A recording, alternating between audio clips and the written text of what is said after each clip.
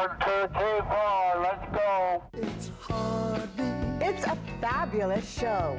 Alaska. Hi, Heartbeat Alaska. It's Heartbeat. Alaska. Pull up a chair and enjoy the show. Hear it from Sitka to Barrow. Gather around for Jeanie's show. It's the Aleut, the Indian and the Eskimo. It's the Aleut, the Indian and the Eskimo. Welcome one, welcome all. Hello and welcome to Heartbeat Alaska Native News and Information. I'm Jeanie Greene. Thank you once again for joining us. Today we travel to a part of Alaska that I've heard about since I was a child. I was born in Sitka, but my parents are from what we call up north. My dad was born in Teller, Alaska, and my mother was born in Deering because her father, Tony Jewell, traveled throughout Alaska as a teacher. As a child, well actually as a young teenager, my mother, when she was 14 years old, was going to school in White Mountain up in northwest Alaska. And they took a field trip on a boat and went to Golovin. And when I was a child in Sitka, we would hear stories about traveling from village to village and berry picking and the people. And today we take you to one of those villages, to Golovin, Alaska. We celebrate the 4th of July with them. We learn about the people there. What a wonderful show. I'll be back with Golovin right after this. Oh, say, can you see by the dawn's early light what so proudly we hail? It's raining in the streets of Golovin, yet the townspeople are celebrating a national holiday as if the sun was shining bright. Hey, Marc, get set, go! This attitude says much about the residents of Golovin. They're tenacious. Yay, Nuz! Hey, Irene! And fun-loving.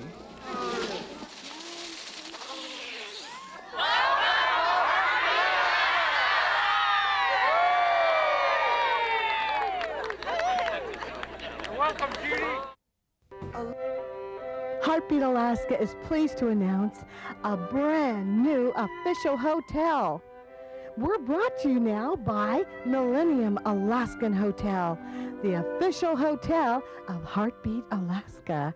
And Heartbeat Alaska is also brought to you by Frontier Flying Service. Thank you, Frontier, for getting Heartbeat Alaska airborne. Heartbeat Alaska is brought to you in part by Brown's Electric Lighting Gallery. Thank you, Brown's Electric, for your generous support of Heartbeat Alaska.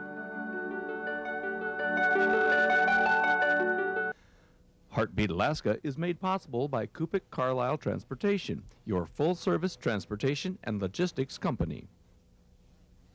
One of the favorite programs for everybody here is Heartbeat Alaska. Hello, Jeanie Greene. It's the Aleut, the Indian and the Eskimo. the Inupiaq people of the Northwest have a history of following what nature would bring during the seasons of the years. In the summer, they would go to fish camp. Golovin is one of those settlements that seems to have been occupied from season to season, back decade to decade to decade. It's a village with a history. Golovin was originally the Eskimo village of Chinik, where Kawaramute Eskimos lived and later mixed with Unagalamute Eskimos. The Chinik Eskimo tribe is federally recognized, and 92.4% of the community is either native or part native. Before the gold rush days back in the 1800s and 1900s, there was no Golovin. This was just a campsite. And the families and the people used to live wherever the game was during the spring and the summer and the fall. The town was named for Captain Vasily Golovin of the Russian Navy in 1887 and was a supply point for the goldfields at Council. But what really matters is the history of the townspeople themselves. During the 1950s, 40s, and 50s, Alaska Airlines was a bush carrier. So the past few years, I started carving out of tree bark. Some of these airplanes were built in the 1930s and 40s. So these were the original Alaska Airlines aircraft. This one was a Pilgrim, we called a Pilgrim, mainly used to haul cargo and passengers. This was a Norseman, built about 1939, a great cargo plane. And then along came a Gullwing, a Stinson Gullwing. It was a faster airplane, but they used those to haul passengers. To be different, I carved a beaver and decided to put it on floats. Farther over here, we have Olson Air Service. Martin L. Olson began his airline with a Taylorcraft Piper Super Cub, a good private airplane for the bush. And this one is another one from 1939. Richard Foster, Senator Foster's dad, had her.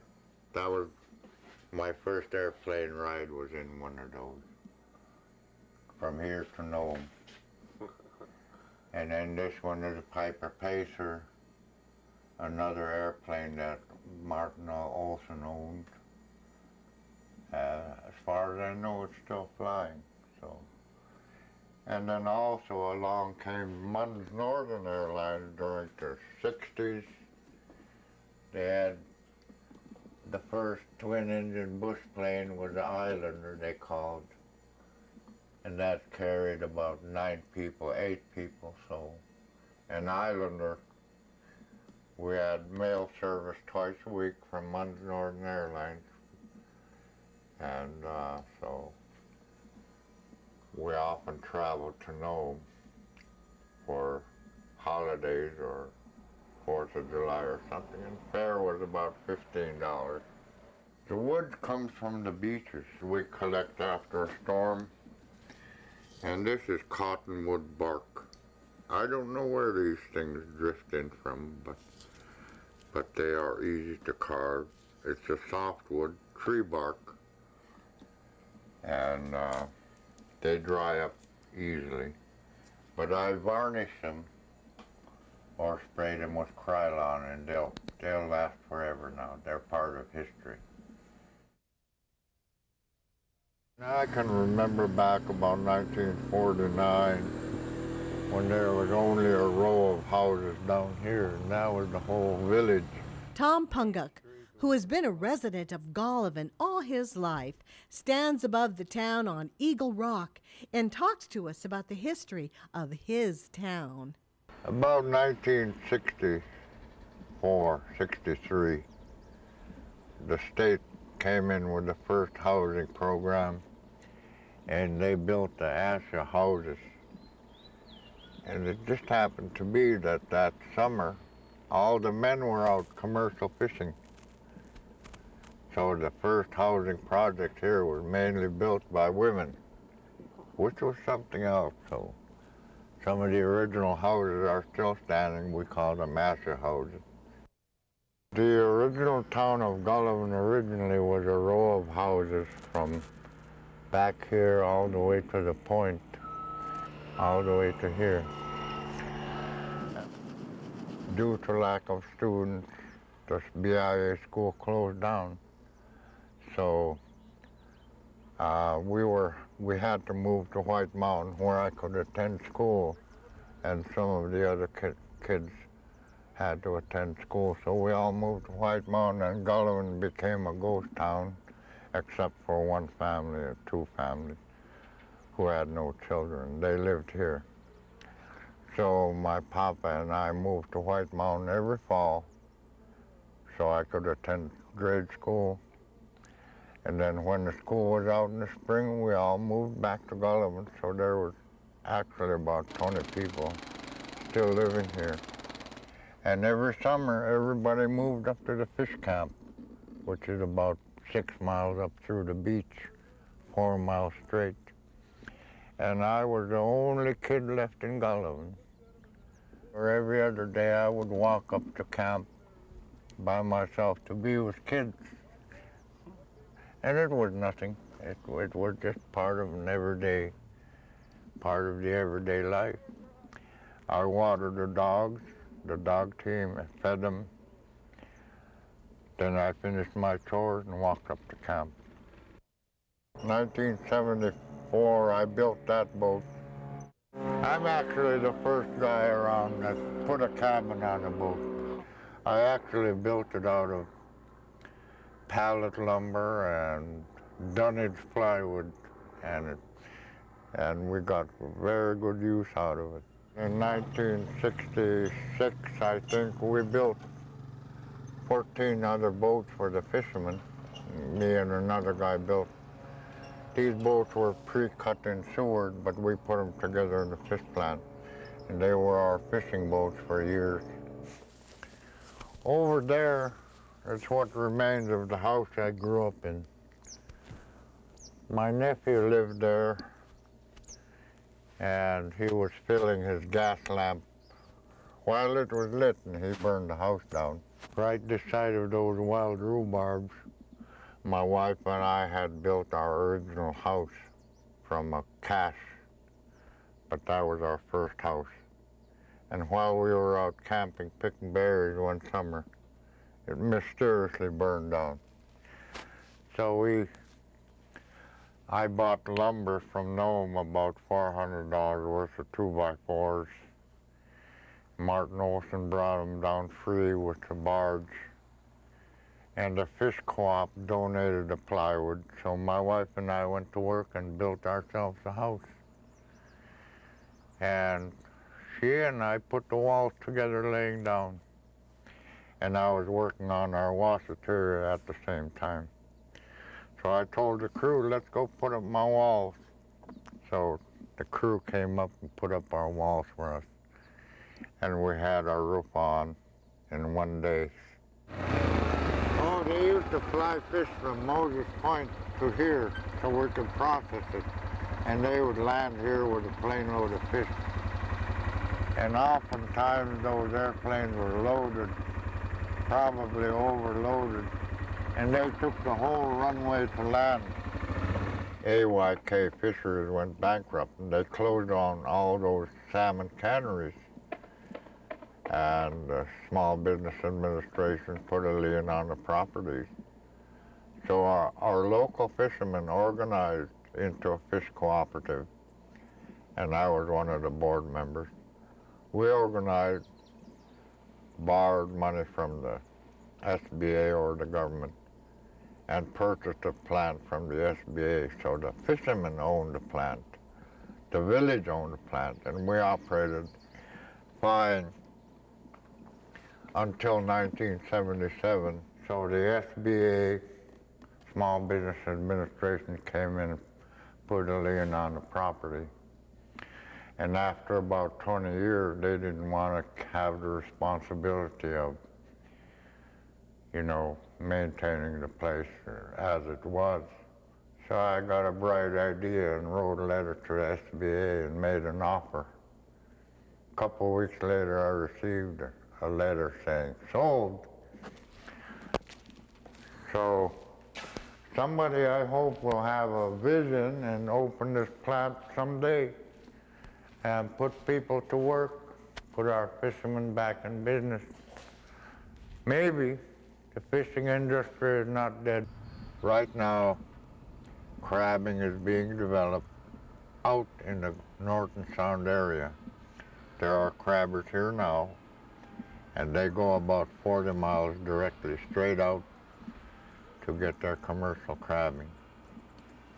And hopefully with the CDQ program, halibut fishing may be developed out here. And also I've been told that there are tons and tons of shrimp waiting to be harvested out in our Norton Bay area. Although the fishery is now an empty warehouse, the residents of Golovin hope that someday it can be reopened and bring more money to the town. The present-day economy consists of mostly subsistence lifestyle that is supplemented by commercial fishing and crabbing. Charles Saccheus Jr. from Elam travels the 32 miles or so to Golovin to ply his trade at commercial crabbing. This is herring here, what we use for crabbing. We buy them from the fish plant in home. We fill these up here like this. Takes a lot of bait for one. I think the more bait you use, the more crab you get. Maybe that's the trick, huh?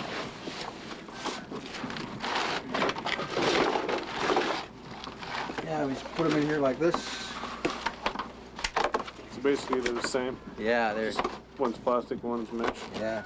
Gotcha. See, there's we got a lot of sea lice out there that, see, if I had only this, and I hang it up in a crab pot, and I have trouble or something, I can't make my pots for about a week or longer. By the time I get out there, all those bugs, they'll eat all this herring here. They'll eat all the herring, and there'll be no more bait in the pot. And in other words, this one here, the bugs, they can't get into these there's little holes here where the scent comes out. The bugs can't get into there, and that way they work longer. But in 2 day soaks, these are better. These are better because they give off more scent. I'm here for the commercial crabbing, July 1st to September 1st. So why do you come here to do your crabbing? Because it's a little closer to the crabbing grounds, and we have a safer harbor. See, like the south wind, blow south wind, it would be common here. And if I go anchor out in Elam, south wind, it'd be pretty rough. We'd have to stay with the boat all the time in Elam, because we don't know when the weather will get bad, or got to watch the weather all the time. Getting a lot of competition out there right now. There's a lot of crabbers. And the quota's small, and the quota's being caught a lot faster now compared to 8 years ago. Nowadays we have a lot of crabbers out here, locals in this area, Norton Sound area. There's a lot of locals. They come out. It's good that we have locals here though that are crabbing on the waters out here. How about the price? It's kind of low right now, but it's going up every year by about a quarter.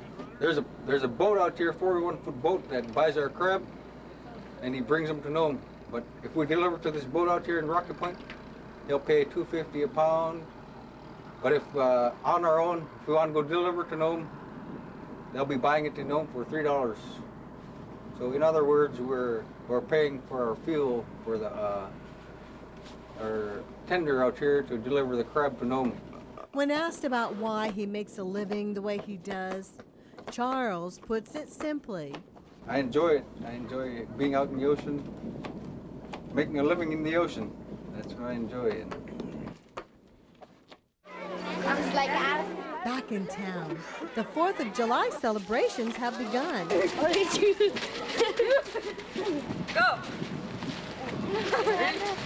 Take the plate. Take one step back.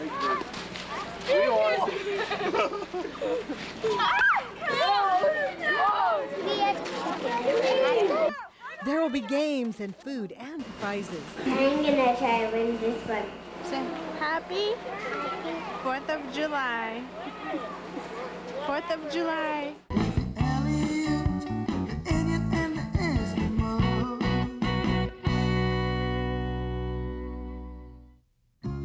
Don Crombie's philosophy is, there's always room for one more.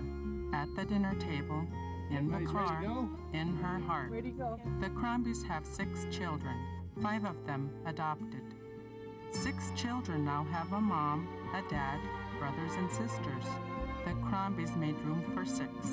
Can you find room in your heart for 1? Adopt a kid. Or 2. And watch them grow with love. From the moment you enter the doorway at the Millennium Hotel, another world surrounds you. It's a world of friendly faces and cordial service. It's a place of great taste and great tastes. The Millennium Hotel is a haven of relaxation and personal restoration, of attentive service and attention to details. But at the end of the day, we won't read you a bedtime story. Although, would you be surprised if we did?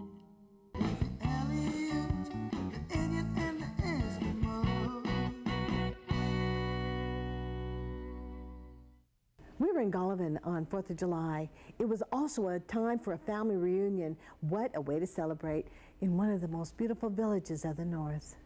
Our loving and gracious Heavenly Father, we thank you and praise you for your loving kindness and your grace. Oh, the land of the free and the home of the brave. God bless America and all the veterans. And finally, it's time to eat.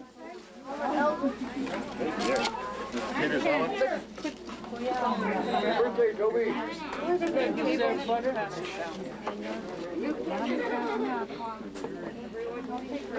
Potato salad.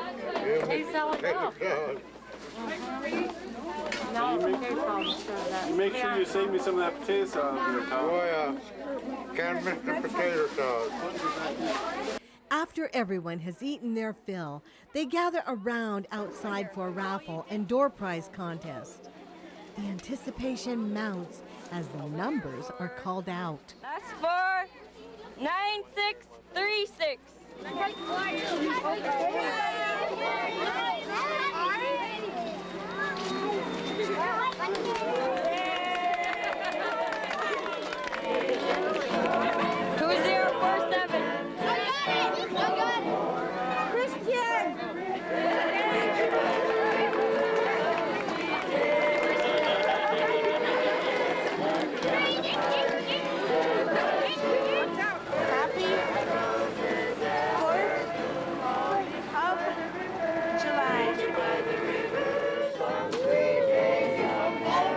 July 5th and everybody's headed up to fish camp. The residents of Golovin have slept well and are ready to party. The tables are brimming with good native food. As people arrive, they set off to do whatever they can to help with the preparations. These ladies are preparing whale meat in the traditional native way. What I brought up was that pail of dried fish that's soaked in seal oil. Biggest fish there was. It's very good too. My grandson, he sent me all that walrus skin, you know, they call it goke. Cut up muck duck, and they even had a boiled salmon head with the eggs in it, and just a lot of Eskimo food. The reason why we started this family reunion, my mother, you know, raised us here, summertime fishing, drying fish. We had over 100 people here, that, you know, family, and a lot of them were good friends that came and celebrated the family reunion with us. So we decided to have another one this year. It's just a good gathering of people, you know, the family members that you don't see. Of course, me being married now into the family, you know, I've met a lot of them, but only see them very briefly. And of course, this year was just one big gathering where we were all able to visit with each other. And of course, with all the newborns here as well, too. I mean, that was all adding to the family.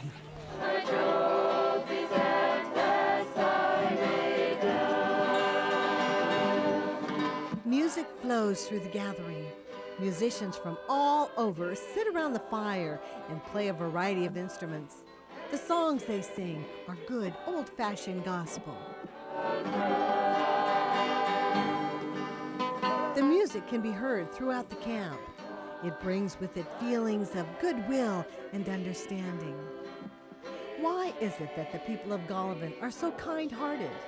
I guess the way we were raised. There aren't many times a year when Alaskans can swim, and we take full advantage of these warm summer months.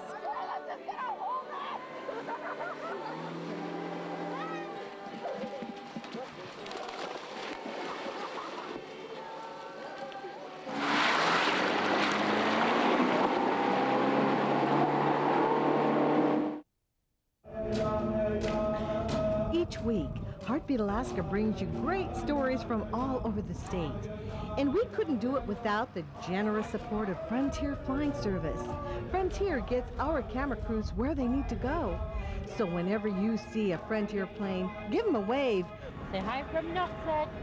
You might just be on Heartbeat Alaska. Frontier Flying Service, covering Alaska for over 50 years. Want to do something incredible? Consider adoption. I know I will when I'm a little older. Why? Because I was adopted. We were adopted. Two wonderful, loving people did something incredible. They created this, a family. Adopt a kid. Or two. We'll love you forever. Hey.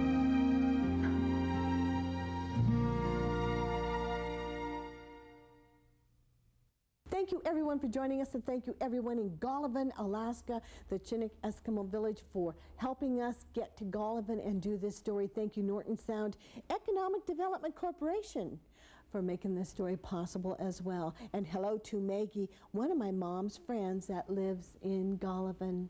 Goodbye to all of you. God bless you. And thank you for joining me. We'll see you again next week for Iliamna, Alaska.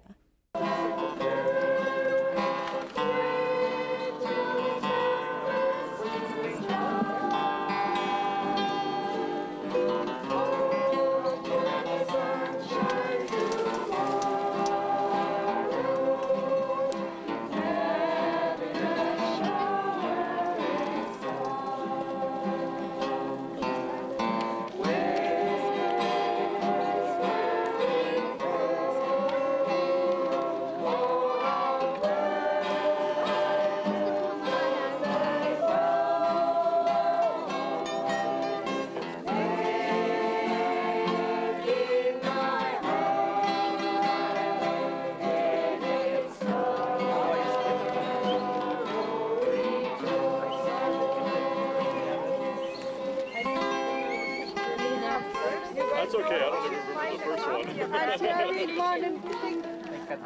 This one, I'll meet you by the river. Linda! I'll meet you by the river? Yeah. Hey.